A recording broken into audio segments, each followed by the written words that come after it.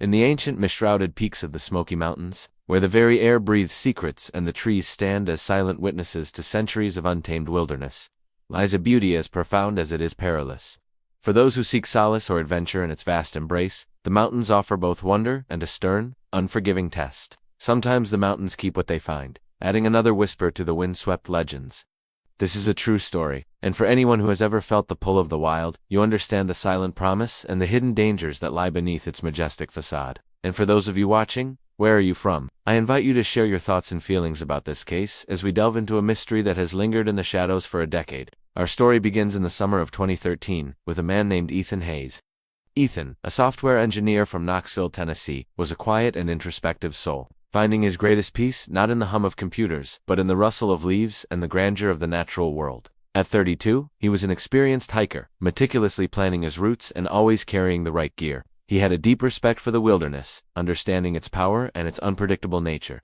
His passion was photography, and he rarely ventured into the mountains without his trusty DSLR camera, always on the hunt for that perfect shot of a hidden waterfall or a rare bird. He was drawn to the remote trails, the ones less traveled, where the silence was broken only by the sounds of nature. On a crisp August morning, Ethan embarked on what he planned to be a challenging 4-day solo backpacking trip deep into the backcountry of the Great Smoky Mountains National Park. He left a detailed itinerary with his girlfriend Sarah, marking his intended route through some of the park's most rugged and isolated terrain. His plan was to hike to a remote ridge, spend 2 nights camping, and then return. He packed light but efficiently, with enough food, water, filtration, and emergency supplies to last him. His camera, a sturdy weather-sealed model, was carefully packed in a waterproof bag, ready to capture the untouched beauty he knew he would find. The weather forecast was clear, and Ethan was in good spirits, excited for the solitude and the challenge. He parked his car at the designated trailhead, waved goodbye to a park ranger, and disappeared into the dense, green canopy. The first 2 days of his trip went exactly as planned. He sent a brief text message to Sarah from a high point with sporadic signal, letting her know he had reached his first campsite and everything was fine. He described the breathtaking views and the incredible silence, promising to share his photos when he returned. It was the last communication anyone would receive from Ethan Hayes. When Ethan failed to return on the morning of the 5th day, Sarah immediately contacted the park authorities. Her initial worry quickly turned to panic. Park rangers initiated a search, sending out teams to retrace his planned route. The vastness of the mountains, however, made the search an incredibly daunting task. The trails were overgrown in places, the terrain was steep and treacherous, and the dense forest canopy made aerial searches difficult. The weather, typically unpredictable in the Smokies, also began to turn, bringing with it a thick fog and intermittent rain. The hope that Ethan had simply gotten lost, or had sustained a minor injury, slowly began to fade with each passing hour, replaced by a growing dread that the mountains had claimed another soul. The disappearance of Ethan Hayes sent a ripple of alarm through the Great Smoky Mountains National Park, a place where legends of lost souls are as old as the mountains themselves. Within hours of his girlfriend's call, a full-scale search and rescue operation was underway. Park rangers, aided by volunteers, trained search dogs, and a Tennessee Air National Guard helicopter, combed through the rugged terrain, following Ethan's planned route inch by inch. The search was an immense and challenging undertaking. The park's immense scale made the search feel like a desperate whisper in a screaming wilderness. The dense canopy of trees blocked any view from the air, rendering the helicopter's thermal cameras useless. On the ground, the steep, rocky trails and the thick underbrush made every step a struggle. The unpredictable mountain weather, a mix of heavy fog and sudden rain, further hampered the efforts, turning the trails into slick, muddy rivers and reducing visibility to just a few feet. As the days of the search stretched into a week, the media picked up the story. Ethan's face, a bright, smiling photo from his social media, was broadcast on news channels across the state and beyond. The public became fascinated by the story of the quiet hiker who had vanished without a trace. Social media groups dedicated to finding him popped up overnight, filled with messages of hope and frantic speculation. But with each passing day, the frantic energy of the search began to fade, replaced by a grim reality. No sign of Ethan was found. No discarded gear, no footprints, no broken branches, nothing to indicate that he had ever passed through the area.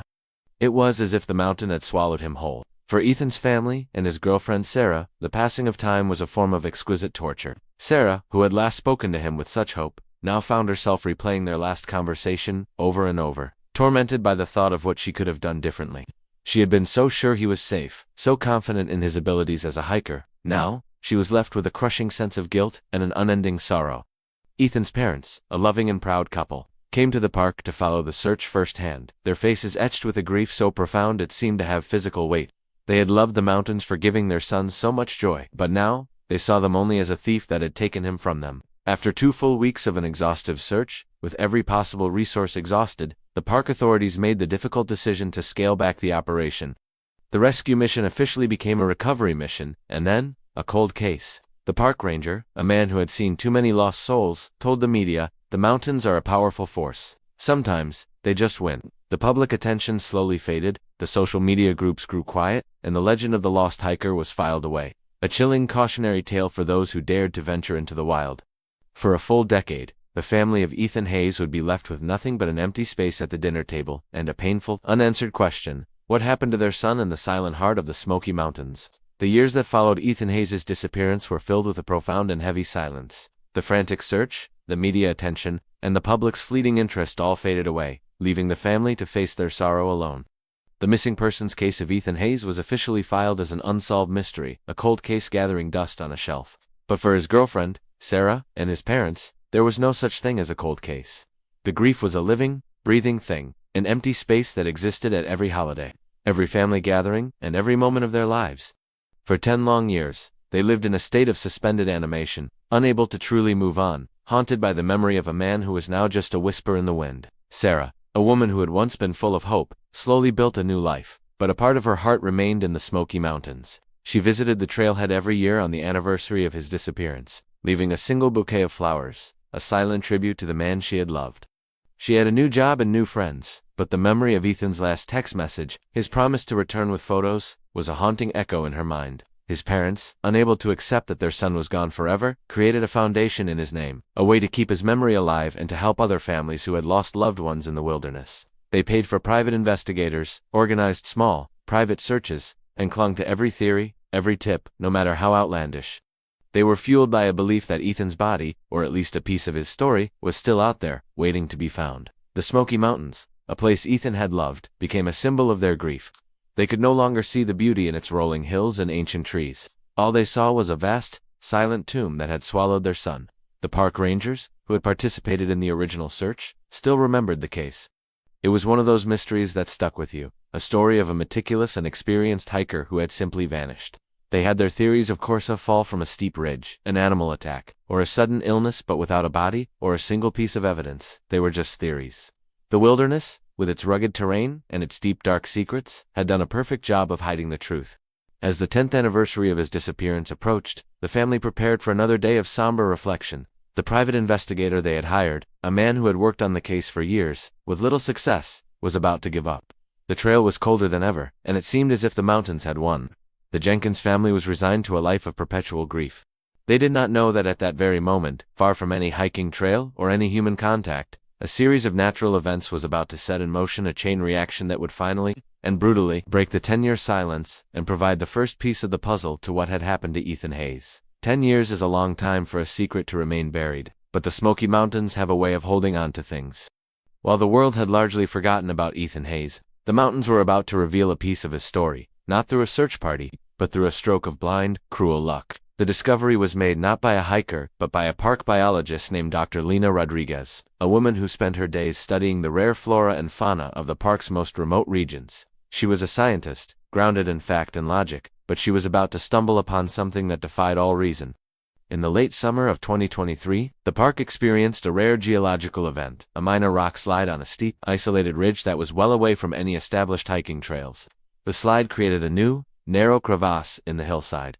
Dr. Rodriguez, curious about the new rock formation, decided to investigate. She was charting the spread of a new species of moss and saw the perfect opportunity to study a freshly exposed rock face. The new crevasse was deep, and as she peered inside, she noticed a small, dark opening she had never seen before. It was a cave, hidden by a large boulder that had been dislodged by the slide. The cave was small and musty, smelling of damp earth and animal musk. It was, she quickly realized, a bear den abandoned, but a den nonetheless. It was a place where a bear had hibernated for years, its presence a testament to the raw, untamed nature of the mountains. Dr. Rodriguez, ever the biologist, decided to photograph the interior for her records. That's when she saw it, half buried under a pile of loose dirt and small stones in a far corner of the den. It was an object that looked utterly out of place in such a wild and primitive setting. It was a sturdy, weather-sealed DSLR camera, its body caked in mud and grime. The camera itself was broken, its lens cracked, and its memory card slot covered in corrosion, a sign that it had been there for a very, very long time. A sense of unease washed over her. She knew a camera was a strange thing to find in an old bear den. With a pair of gloves, she carefully dug it out. The camera's body was a lost cause, but she saw that the memory card itself, protected by the camera's waterproof casing, might be intact. She carefully removed it and, with a grim sense of foreboding, placed it in a small plastic bag. She didn't know who the camera belonged to, or how it had ended up in such a remote and inaccessible place. She only knew that the mountains, which had kept their silence for 10 years, had finally whispered a clue, and that the story behind this camera was a much deeper and darker one than she could possibly imagine. Her scientific curiosity had led her to an old mystery, a secret buried not in the earth, but in a small piece of digital memory. She took the camera back to the park ranger station, completely unaware that her small discovery was about to tear open a cold case and finally bring the story of Ethan Hayes back from the dead. The memory card, a tiny, silent rectangle of plastic and metal, was rushed to a specialized forensics lab. Park rangers and police detectives, their skepticism tempered by a decade of unanswered questions, waited with bated breath. The card was badly corroded, a direct result of its long entombment in the damp earth of the bear den. The lab technicians, accustomed to retrieving data from damaged devices, worked meticulously, using a mix of chemical baths and a clean room environment to repair the card's circuits. After 48 hours of painstaking work, they were finally able to access the data. A simple message appeared on the screen: 1,247 files found. The collective relief in the room was palpable. The mountains had finally spoken. The initial photos were exactly what everyone had expected. They painted a beautiful and heartbreaking picture of Ethan's solo trip. There were dozens of breathtaking shots of the Smoky Mountains' misty valleys at dawn, sunlit trails weaving through ancient forests, and close-ups of rare wildflowers. The photos were a testament to Ethan's skill as a photographer and his love for the outdoors. There were also a few selfies, with Ethan's face smiling and full of life, his eyes shining with the joy of being in his element. The photos chronicled the first 2 days of his trip, the exact route he had planned. As the detectives scrolled through the images, they felt a pang of nostalgia and a renewed sense of loss. It was a normal trip, captured in stunning detail. But then, the timeline of the photos took an unsettling turn. The last photo from his planned route was taken on the afternoon of day 2. The next photo was taken almost 18 hours later, a single, blurry shot of what appeared to be a dark, enclosed space. After that, there was a series of quick, jarringly different photos. One was a grainy, low-light image of what looked like the interior of a small, cramped cabin. Another was a shot of a pair of muddy boots standing next to what looked like a homemade bedroll. The final 3 photos were the ones that changed everything. The first was a shot of a hand, not Ethan's, holding a simple, unadorned hatchet. The second was a close-up of a small, crudely made leather bracelet with a woven design. The final photo, taken at a strange angle, was a blurry image of a man's face, partially obscured by shadow, his eyes staring directly into the lens. He had a thick, unkempt beard and a piercing, almost feral gaze. The man's face was not visible on any of the missing persons posters. The police had never seen him before. The camera's memory card had done more than just document Ethan's trip. It had captured the story of what happened after his disappearance. The photos painted a horrifying narrative of a struggle, an unexpected encounter, and a chilling new suspect. The camera had been turned on deliberately by someone else, and the images were a silent, desperate message from beyond the grave. The case of Ethan Hayes was no longer a simple missing persons report. It had just become a homicide investigation, and the Smoky Mountains had just given up their most devastating secret. The blurry image from the camera was a chilling and tantalizing lead. It was a face that no one on the search teams had recognized, a new figure in a 10-year-old mystery. The detectives immediately sent the photo to a specialized unit for enhancement and cross-referencing. The facial recognition software, aided by the clarity of modern technology, worked tirelessly, sifting through millions of images in a desperate attempt to put a name to the face. The answer came back in a matter of hours. The man in the photograph was Frank Miller, a local recluse with a long and unsettling history. Frank Miller was a name known to park rangers and local law enforcement, but only in passing. He was a lifelong resident of the area, a man who lived a solitary existence in a small, dilapidated cabin deep in the woods, not far from where Ethan's car had been found. He made a living doing odd jobs for the few people who lived in the remote area, and was known for his strange behavior and his deep distrust of anyone from the outside. He was not a violent man, at least not to anyone's knowledge.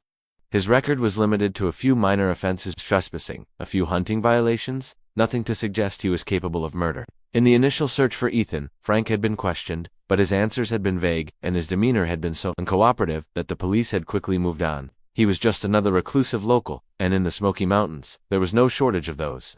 But now, with the chilling image from the camera, Frank Miller's name took on a new and terrifying significance. His property, located just a few miles from the bear cave, was suddenly a point of immense interest. The police began to build a profile of the man, and a darker picture began to emerge. Neighbors and old friends told stories of a man who was obsessed with the mountains, who saw them not as a place of beauty, but as a place of survival and raw power. They spoke of his deep resentment towards hikers, whom he saw as intruders in his sanctuary, people who showed disrespect for the wilderness he so meticulously guarded. The police began to piece together a new theory, one far more sinister than a simple accident. They believed Ethan's disappearance was not an act of chance, but a deliberate, premeditated crime. The evidence from the camera was enough to obtain a search warrant for Frank Miller's cabin. A team of police officers, accompanied by Captain Martinez, approached the cabin with caution, their hearts pounding. They knew this was a high-risk situation, that they were no longer dealing with a simple missing persons case, but with a potential murderer who had spent a decade living in the shadows. The cabin was exactly as they had been told, small, secluded, and almost swallowed by the dense forest. When they knocked on the door, they found it unlocked. The cabin was empty. Frank Miller was gone. But what they found inside would not only confirm their darkest fears, but also provide the final, devastating piece of the puzzle to what had happened to Ethan Hayes. The long wait was over. The search for a missing hiker was now officially a manhunt. The discovery that Frank Miller was gone from his cabin sent a fresh wave of panic through the park. The police knew they weren't dealing with a panicked suspect. They were hunting a man who was a phantom in his own backyard. A massive manhunt was launched, involving a multi-agency task force, including local law enforcement, park rangers, and a specialized tactical unit. Helicopters with thermal cameras flew overhead, and teams of armed officers combed the woods. But Frank Miller was always one step ahead. He knew the mountains better than anyone. He knew the hidden caves, the overgrown trails, and the secret places where a man could disappear without a trace. He was a survivor, a man who had lived off the land for decades, and the police were searching for him on his own turf. As the manhunt continued, the police returned to Frank's cabin, this time with a team of forensic investigators. They were looking for anything that could give them a clue as to where he had gone, or, more importantly, where he had buried Ethan. The cabin was a testament to his reclusive nature. It was Spartan and primitive, with only the bare necessities for survival. But tucked away in a dusty corner, beneath a pile of old canvases, they found his journals. They were not filled with written words, but with a series of intricate, hand-drawn maps of the mountains. They were meticulously detailed, with every trail, every cave, and every creek marked with a strange, almost obsessive precision. The maps were a reflection of Frank's mind, a dark and confusing landscape of his obsessions.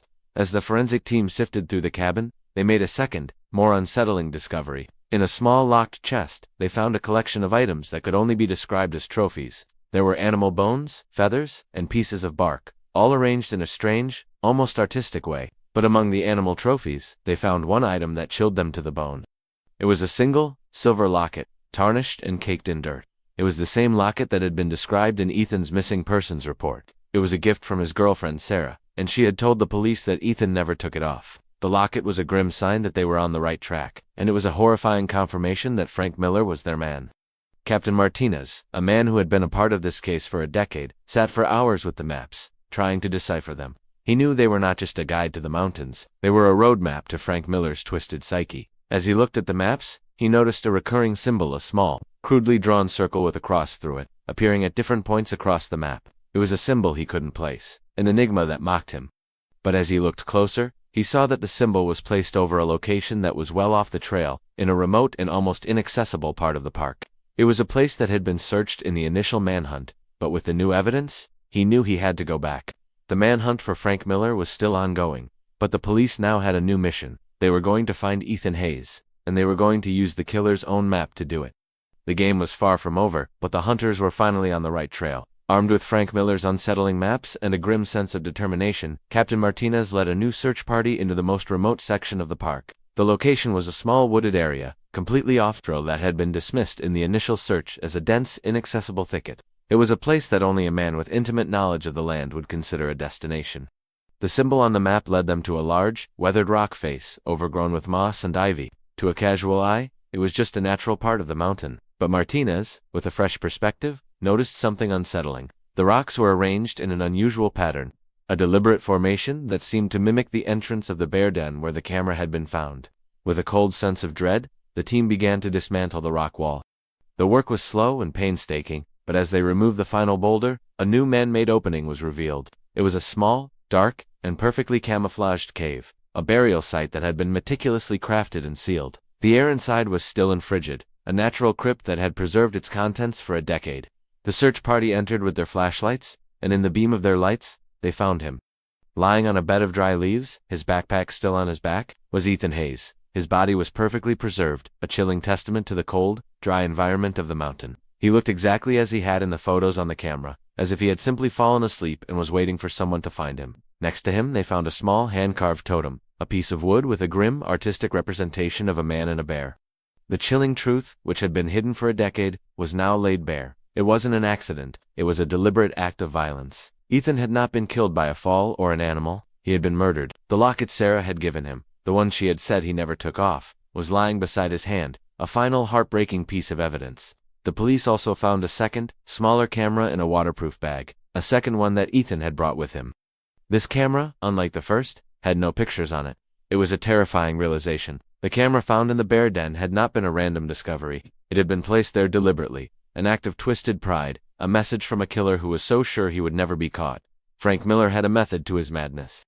He had killed Ethan, taken his camera to document his masterpiece, and then returned to a remote bear den, a place he knew would be left alone, and had hidden the camera there, a testament to his sick work. He had kept it for 5 years, but in his twisted mind, he had to tell someone, to reveal his art. So, he had placed the camera in the cave, but not before taking out the memory card and taking 3 pictures with his own camera, the camera that was found next to the locket.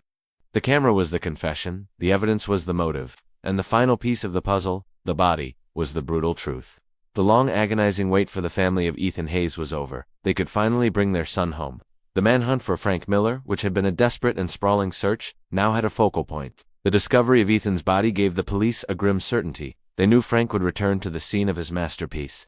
He was a man obsessed with control, and he would not want to let his final work be discovered without his presence. The police set up a surveillance perimeter around the burial site, waiting for the killer to make his final, fatal mistake. The wait was long, but as the sun began to set on the Smoky Mountains, they saw a figure approaching in the distance. It was Frank Miller, a rifle slung over his shoulder, walking with the quiet confidence of a man returning to his sanctuary. The police surrounded him, and the confrontation was brief and silent. He offered no resistance. He simply dropped his rifle, raised his hands, and stared at the empty space where his art had been. In the interrogation room, Frank Miller was a man transformed. He was no longer the defiant recluse from a decade ago. He was calm, collected, and chillingly articulate. He confessed to everything.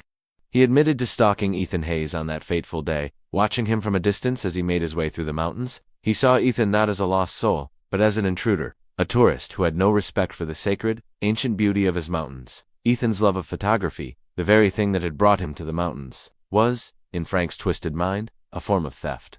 He believed Ethan was stealing the mountain's soul, capturing their beauty for a world that would never understand their true power. He described the murder with a cold, almost detached precision. He had confronted Ethan on a remote trail, a place he knew no one would ever find them. He had killed him in a fit of rage, an act he believed was a form of protection for the wilderness he so loved. He then took Ethan's body to the hidden cave, a place he had been building for years, his own private sanctuary. He carefully placed Ethan there, a symbol of a lost soul, a final warning to anyone who would dare to trespass on his territory. He kept Ethan's locket as a trophy, a symbol of his victory over the invader. The camera, he said, was a piece of the puzzle. He saw it not as a tool of a crime, but as a final statement. He had placed it in the bear cave years later, not because he was trying to hide it, but because he wanted someone worthy to find it, someone who could understand the true meaning of his work. He was a man who believed he was a hero, a guardian of the mountains, and he wanted his legacy to be known. His final words were the most chilling of all. He confessed that the camera found in the bear cave was not Ethan's, it was his own. He had taken Ethan's camera after the murder, used it to take photos of the body as his final, most personal art, and then left it in the cave as a signal to the world. But in a moment of panic, he took the memory card out and put his own, empty camera in its place. He was so meticulous, so sure he had hidden his crime perfectly. But in a strange and poetic twist of fate, the very act of leaving a false clue had been his undoing. The mountains had held his secret for a decade, but it was his own twisted sense of pride that had ultimately revealed the truth. The story was now complete. The police had their killer, and the family had their son. The arrest of Frank Miller and the discovery of Ethan Hayes' body brought a chilling and profound sense of closure to a decade-long mystery. The community, which had once mourned a hiker lost to the mountains, was now horrified to learn that a murderer had been living among them all along. The quiet, reclusive figure who had been a local curiosity was now revealed to be a cold-blooded killer with a warped sense of justice. The trial was swift, and with the overwhelming evidence, the camera, the locket, the meticulously crafted grave, and his full confession, Frank Miller was convicted and sentenced to life in prison. He never showed a moment of remorse, maintaining until the end that he was a guardian of the mountains, a protector of their sanctity from the invaders. For Ethan's family and his girlfriend, Sarah, the truth was both a relief and a new, more painful kind of grief. The agonizing limbo of the unknown was finally over. They could finally bury their son and say their final goodbyes, 10 years after he was taken from them. They held a small, private service, and Ethan was laid to rest, not in the Smoky Mountains, but in a small cemetery in Knoxville, near the home he had left on that fateful day. His final resting place was a peaceful garden, far from the rugged terrain that had been his passion, and his tombstone bore a simple message, "Forever in our hearts." Sarah, a woman who had spent a decade holding on to a memory, could now begin the slow, difficult process of letting go. Her heart no longer an open wound, but a healed scar. The legacy of Ethan Hayes lives on in the mountains he loved so much. His parents' foundation, which they had started out of a desperate need to find him, now helps other families who have lost loved ones in the wilderness. The park rangers, who had participated in the exhaustive search, now tell Ethan's story as a cautionary tale, a grim reminder that the wilderness, for all its beauty, is a powerful and unpredictable force that holds its secrets tightly. The camera, the small device that had held the truth for so long, was cleaned and placed in a display at the park's visitors center, a silent monument to the boy who had loved the mountains and the cruel secret they had held. This is a story about the fragility of life and the unwavering strength of a parent's love. It is a reminder that even when all hope seems lost, a tiny piece of truth can survive, buried in a cave, a silent witness to a crime that no one thought could be solved.